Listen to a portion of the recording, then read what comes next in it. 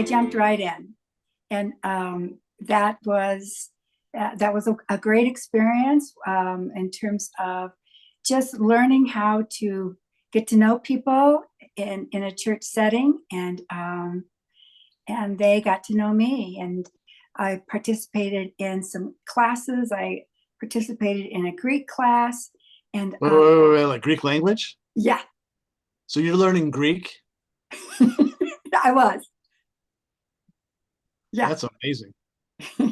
Yeah. So they were in education in this church. Yes. Not a Yes. lot of churches, I think, would have a class. I mean, I could think of like seminaries or Bible schools. So this church taught Greek, and I could Yeah. totally see you doing that. So you're Yeah. jumping in and Yeah. you're interested. You're an Yes. interested person. Yeah. Let's say that I would think that you, in a sense, you had a head start getting involved in a church because you had had a vibrant experience with the Lord Mhm. in high school. Mhm. So Yep. you knew what Christians were supposed to do. Part of my struggle was that I did not become part of a church body Okay. wherever I landed. Yeah. Yeah. That's the one, maybe a weakness of a parachurch like Young Life, is they gather people that would normally be in church, but Mhm. sometimes they struggle to connect people to an actual local church. I think they Yeah. want to, but they don't always do that. But Yeah. so this is sort of your first local church. Okay. And then Alex, you and I then went to the Boulder Vineyard, Mm-hmm. which was wonderful Yeah. for a long time. And so I do know multiple people who attend our current Vineyard Church. And Lois, I met Lois early on as a young 30-year-old, and Lois mentored me. Sweet Lois Sturgeon mentored me. She allowed me to um, be a part of her life, and she Mm. welcomed me into her home. She allowed me to see the things that she was struggling with, and she supported me regarding things I was struggling with.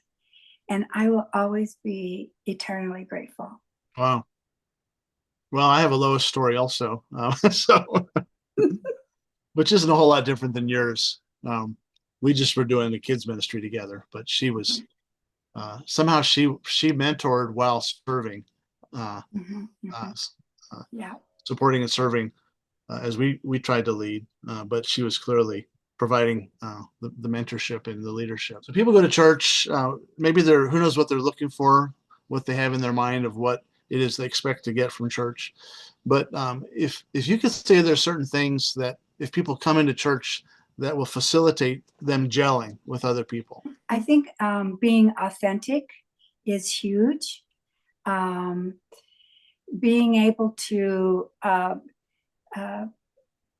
communicate that we're all in process, Mm-hmm. and that we're all in the process of learning who we are in the image of God, that we aren't pretending, that we are basically have a self knowledge of who we are and who we are not, and we don't have to make a pretense of being Mm-hmm. who we are not. Like to be accepted, you have to pretend to be something.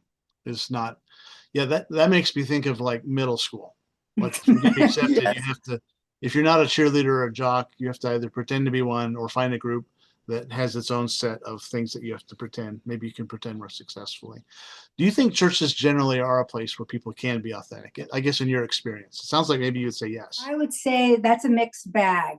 Mm-hmm. Um, I think you can be authentic um, in it to a level that you are aware of yourself, and that you are emotionally mature, and Mm-hmm. that you have a um, private relationship with the Lord. Okay, so let's say you're coming into a group of people that are fairly self-aware and they're honest and authentic. They're not Yeah, pretentious.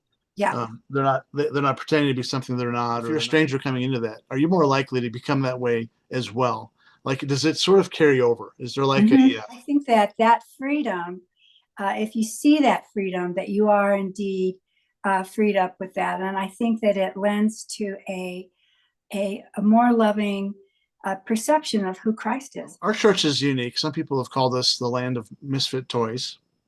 Yes. Of course, you have to be older and be familiar with old cheesy Christmas programs for that. I think it was Rudolph actually, but our church is unusual because we have people from a lot of different backgrounds. Mm-hmm. And educational backgrounds, economic backgrounds, racial backgrounds. Some don't speak English. Some are housed, some are unhoused. Some have severe physical limitations and health issues. I think that you have to put yourself aside, and any preconceptions that you may have, you just put those on the back burner, and you are present with whoever you are communicating with, whoever you are greeting, and you basically have an openness to being exploring who that person really is and where they're at the moment. Do you think that's because you went through stuff and it softened you, or do you think you've always just been a person who that was easy for? I think that being a social worker, I was exposed to a much greater continuum of where people can be in life situations. Does it scare you, the prospect of everyone who comes in? Let's say we are gelling successfully as a church. Mm-hmm. Yeah. What that means is that we are sort of becoming a part of each other.